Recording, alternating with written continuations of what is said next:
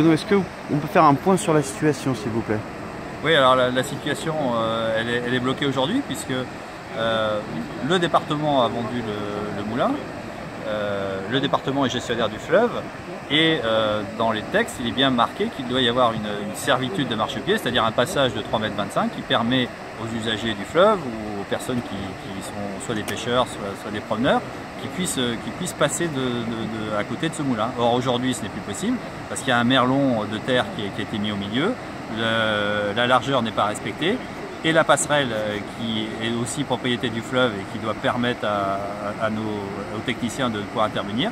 Comme vous pouvez le voir, il y a une herse au milieu, donc aujourd'hui on a une espèce de fort chabrol, cette impossibilité d'accéder au site.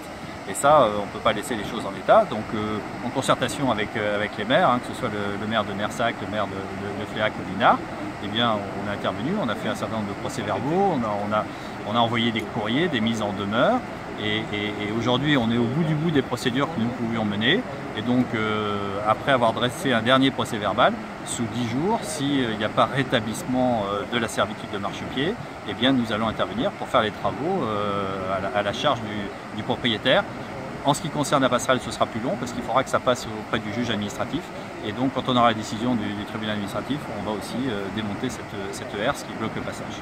Et donc, concrètement, qu'est-ce que vous allez faire? Ça va être quoi ces travaux que vous allez engager?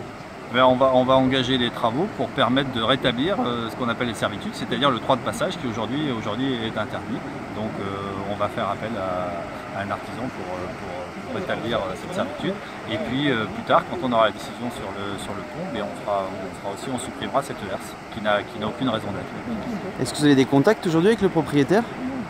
Alors il y a eu une réunion de concertation début janvier qui malheureusement n'a rien donné, donc c'est pour ça qu'on a constitué les procédures et aujourd'hui on n'a pas eu de réponse positive à toutes les demandes qu'on a faites. Donc voilà, sachant que tous les recours sont épuisés, nous allons agir. Si dans la semaine qui vient le propriétaire fait les travaux à notre place, tant mieux. S'il ne le fait pas, on le fera faire à sa place. Merci beaucoup.